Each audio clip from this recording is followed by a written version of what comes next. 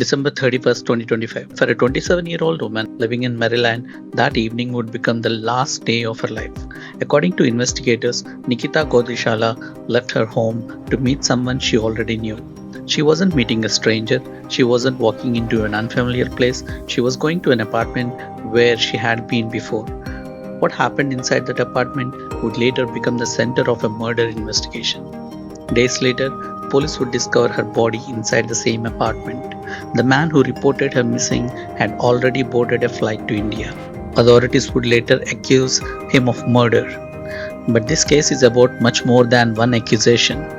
It's about a young woman, a family searching for answers, a timeline reconstructed from evidence, and a case that continues to cross international borders.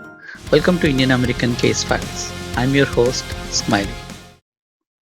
Today we are examining the case of Nikitha Godishala. Who was Nikitha? What happened on New Year's Eve? What does the evidence tell us? What remains disputed? And where does this case stand today?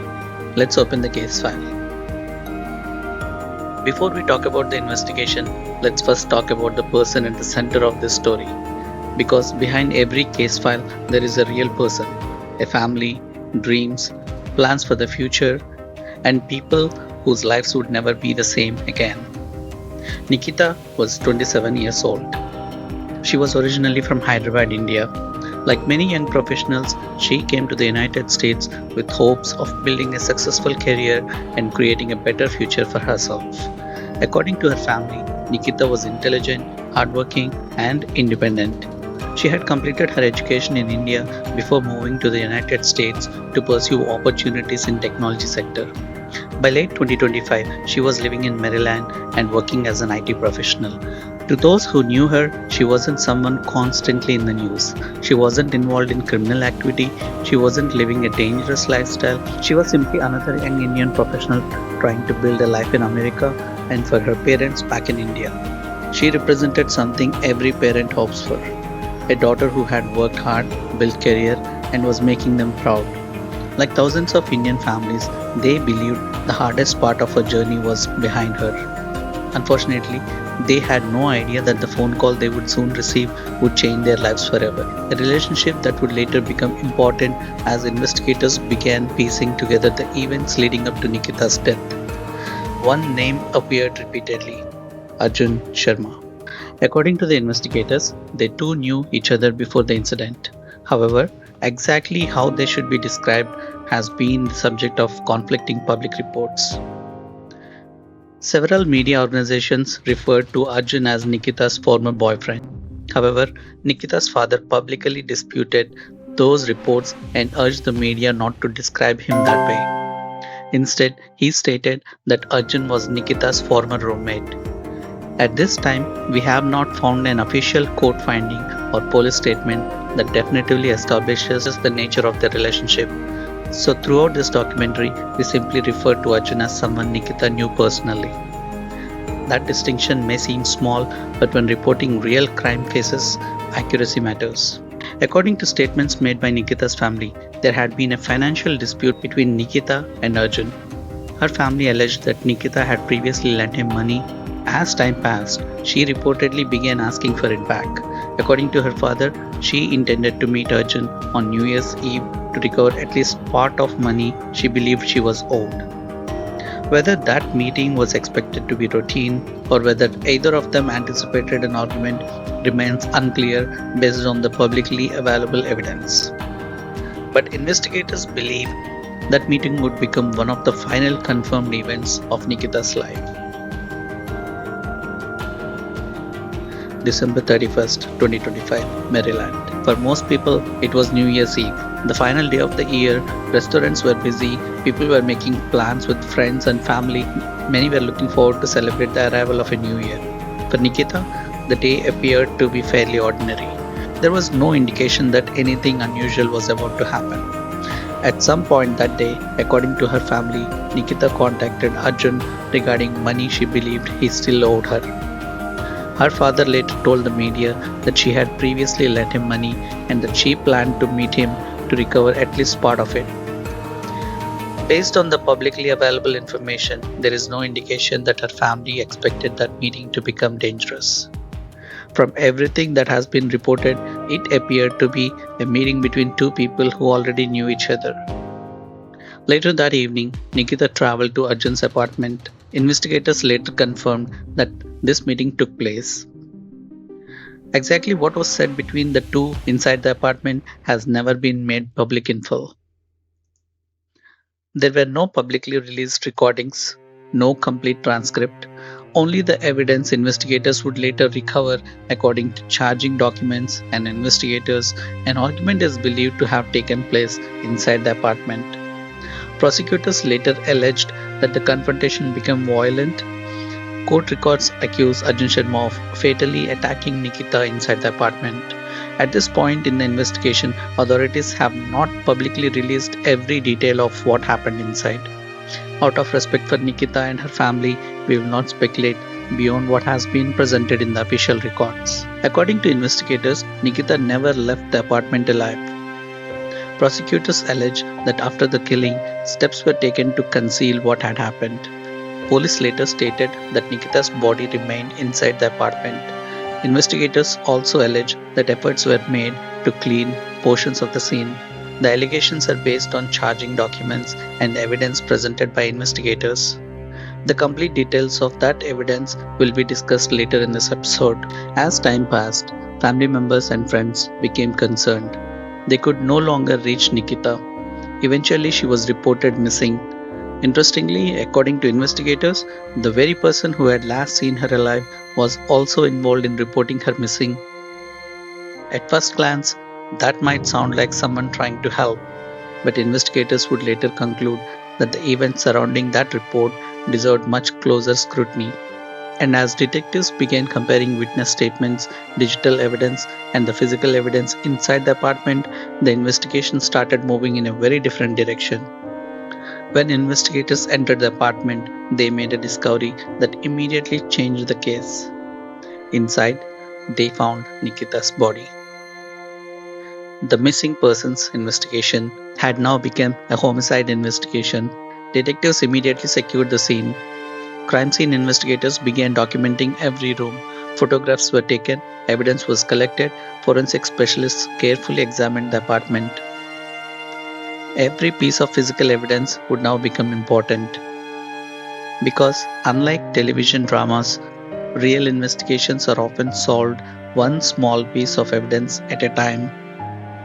While investigators were processing the crime scene, another important development was unfolding. According to authorities, Arjun Sharma had already left the United States. He had boarded an international flight to India. Investigators would later allege that he left after Nikita's death.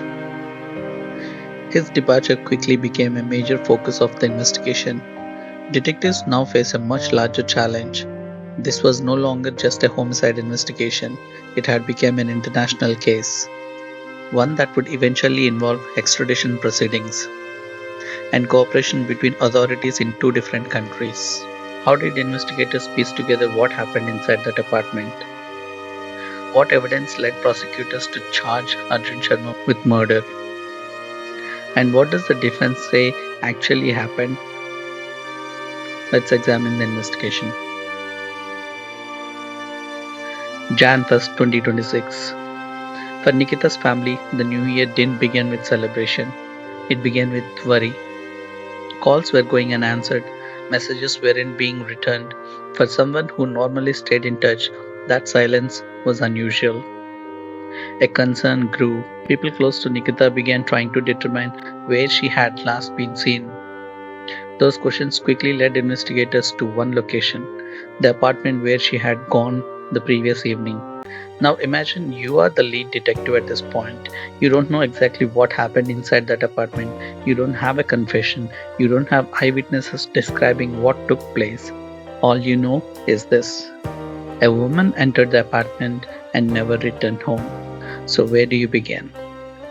You begin with evidence, not assumptions, not rumors, evidence. Following the digital trial, modern homicide investigations rarely rely on just one piece of evidence. Instead, investigators began building a timeline. Every phone call, every text message, every security camera, every electronic record, each one became another piece of puzzle. According to investigators, digital evidence helped reconstruct Nikita's final known moments. They compared phone records, interviewed witnesses, reviewed available surveillance footage, and examined evidence collected from the apartment. Individually, none of these pieces told the entire story, but together, they began forming a timeline investigators believed was consistent with homicide. When detectives processed the apartment, their job wasn't simply to determine whether a crime had occurred. Their job was to answer a much more difficult question: what happened inside? Crime scene investigators carefully documented the apartment, every room, every visible item, every potential piece of forensic evidence. Photographs were taken, samples were collected, anything that might later help explain the event of the night was preserved. Because once a crime scene is released, that opportunity is gone forever. That is why investigators often spend hours or even days processing a single location. They know that the smallest overlooked detail can change the entire case. While investigators continued examining the evidence, another discovery immediately caught their attention. According to authorities, Arjun was no longer in United States. Investigators later stated that he had traveled to India. Leaving the country is not proof of a crime. People travel internationally every day. But detectives don't look at one fact in isolation. They look at how multiple facts fit together. The timing of the departure, combined with the evidence investigators say they recovered, made locating Arjun an immediate priority. Let's pause here. At this stage of investigation, here's what detectives believed they knew. Nikita had gone to the apartment. She never returned home. Her body was later found inside. Arjun had left the country. Those facts raised an obvious question: why? To answer that, investigators needed to determine not only who was responsible but what motive could explain the crime. According to Nikita's family, the answer may have begun months earlier. Her father publicly stated that Nikita had previously lent Arjun money. He alleged that she had recently begun asking for it back. Investigators later examined whether that financial dispute played any role in what happened. Authorities have not publicly stated that money alone was the motive. However, the alleged dispute became an important part of investigation and was later referenced in public reporting and court proceedings. As with every aspect of this case, it's important to separate what investigators alleged from what was ultimately established in the court. As detectives continued gathering evidence, the investigation expanded beyond Maryland. Law enforcement agencies began working across jurisdictions. Eventually, authorities formally charged Arjun Sharma in connection with Nikitha Godishala's death. What has started as a missing person investigation had now become a homicide case with international implications. But filing criminal charges is only the beginning. Every allegation still has to be tested in the court, and that's exactly where the story goes next. What evidence did prosecutors present? How did the defense respond? And where does the case stand today? Let's step inside the courtroom. When detectives believe they have enough evidence, their work doesn't end. In many ways, it's only beginning. Because collecting evidence and proving a criminal case beyond a reasonable doubt are two very different things. That responsibility now shifted to prosecutors. Their job was to convince a jury that the evidence established exactly what happened and who was responsible. Following the investigation, authorities formally charged Arjun with Nikita's murder. The charging documents laid out the prosecution's version of events. According to prosecutors, the evidence showed that Nikita entered the apartment on New Year's Eve. They alleged that a confrontation took place inside, and that the confrontation ultimately resulted in her death. The prosecution further alleged that steps were taken afterward to conceal the crime before Arjun left the United States. Those were serious allegations, but in every criminal case, charges are not the same as a conviction. Every defendant is presumed innocent until proven guilty in the court. That's one of the fundamental principles of the American justice system. Now let's return to the evidence. Prosecutors didn't rely on just one piece of evidence. Instead, they attempted to build a case by combining many small pieces together. Think of it like assembling a jigsaw puzzle. One piece by itself may not reveal much, but when enough pieces fit together, a picture begins to emerge. According to prosecutors, the evidence included digital records, forensic findings, witness interviews, and the sequence of events investigators reconstructed from the timeline. Each piece, they argued, supported the conclusion that Nikitha had been killed inside the apartment. Every criminal case has two sides, and every defendant has the constitutional right to challenge the government's evidence. As court proceedings move forward, the defense examined the prosecution's evidence, questioned its interpretation, and challenged whether the government had met the legal standard required for conviction. That's not unusual. In fact, it's exactly how the justice system is designed to work. Trials are not about proving possibilities, they're about determining whether guilt has been established beyond a reasonable doubt. That standard exists because the consequences of a wrongful conviction are enormous. Let's pause here. It's worth taking a moment to understand something. Many people watch crime documentaries hoping for certainty. Real investigations rarely provide that. Instead, courts evaluate evidence, jurors weigh credibility, experts may disagree, witnesses may remember events differently, and sometimes the same piece of evidence can be interpreted in more than one way. That's why trials exist. Not to eliminate every question, but to determine whether the legal burden of proof has been met. As news of the case spread, it attracted significant attention in both the United States and in India. Media organizations closely followed developments. Members of the Indian community expressed shock. Many people asked how a young professional who had traveled abroad to build a successful career had become the victim in a homicide investigation. Social media quickly filled with theories. Some discussions were thoughtful, others spread information that had not been verified. Throughout this documentary, we tried to distinguish those discussions from the evidence presented through official investigations and court proceedings. Because in a case like this, facts matter, and so does accuracy. As of the time this documentary was produced, the legal process continues to unfold. Depending on the stage of the proceedings, when the episode is released, we will update the section to reflect most current publicly available information regarding the extradition, court hearings, or trial developments. Criminal cases often evolve over months or even years. For that reason, we encourage viewers to check the description below for any significant updates that may have occurred after the video was published. But before we conclude this story, let's step away from the courtroom and remember the person whose life brought us here in the first place. Because beyond every investigation, beyond every legal argument, there is always a family learning to live with an unimaginable loss.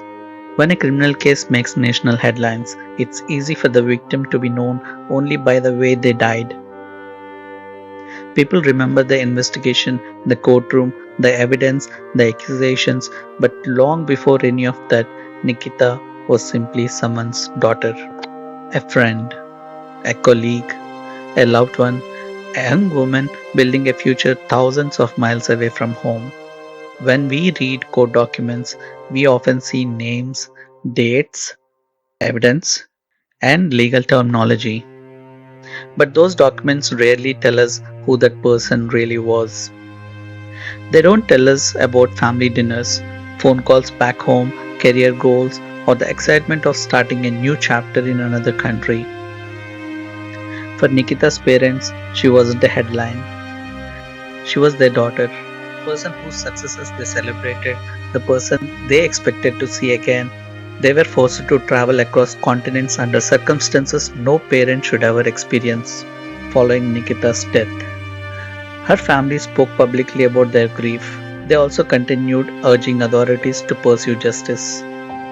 Throughout this process, they repeatedly thanked the investigators who worked on this case, while also asking that every legal avenue be explored. For any family, losing a loved one is devastating. But when the loss occurs thousands of miles from home, the challenges become even greater. Different legal systems, international cooperation, travel, language, time zone, finances, everything becomes more complicated. Yet, despite those obstacles, Nikitha's family continued speaking on her behalf. Cases like this often resonate deeply within the Indian community, not simply because the victim was Indian, but because many families see a reflection of themselves. Parents who encourage their children to study abroad, young professionals leaving home for better opportunities, families making sacrifices so the next generation can build a brighter future. For thousands of Indian families, America represents opportunity. Stories like Nikita's remind us that behind every success story, there are also risks, unexpected tragedies, and families whose lives can change forever. Let's pause here. You know, one thing I've noticed while researching these cases, it's how ordinary the final days usually seems.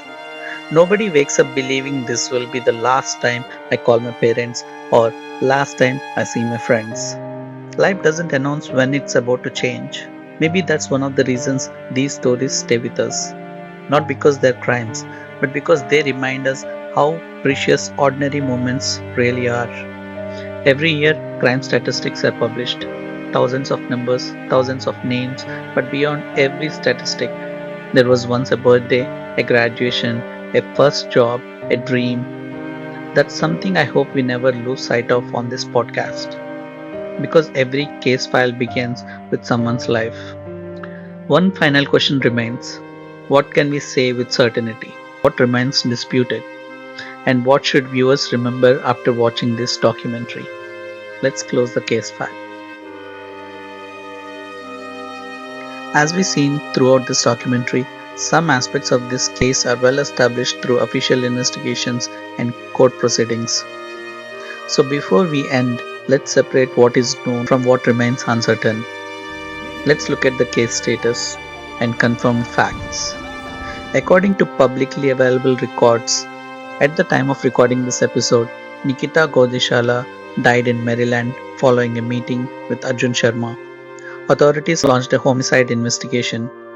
Arjun left the United States and traveled to India. US authorities filed criminal charges and initiated legal proceedings. Let's look at the legal proceedings. The criminal justice system is designed to test evidence in court. As of the publication of this documentary, the legal process continues through the appropriate judicial channels. Because legal proceedings can change over time, I encourage viewers to check the video description for any significant updates. Let's understand why this story matters. This story isn't important because it attracted headlines. It matters because a young woman with dreams, a family who loved her, and a future filled with possibilities was lost. All because of a temperament that may have led to a bad decision. While Nikitha lost her life, Arjun has lost his future and a normal life and been a fugitive since then. People say that it's a small punishment to him based on what he might have done. What do you guys think about it? Let me know in the comments. Whether you're watching from United States, India, or anywhere else in the world, I hope this documentary reminds us of something simple. Behind every investigation, there is a human story, and behind every case file, there is someone whose life mattered. Thank you for watching Indian American Case Files. If you appreciate documentary style storytelling built on verified evidence, official records, and careful research, please consider subscribing. Our goal isn't to sensationalize crime, it's to understand what happened, remember those whose lives were affected, and separate verified facts from rumor and speculation. If you have thoughts about this case, or if there is another Indian American case you would like me to cover, let me know in the comments. As always, please keep the discussion respectful, because these aren't just stories, They are real lives. I'm your host, Smiley. Thank you for spending your time with me today.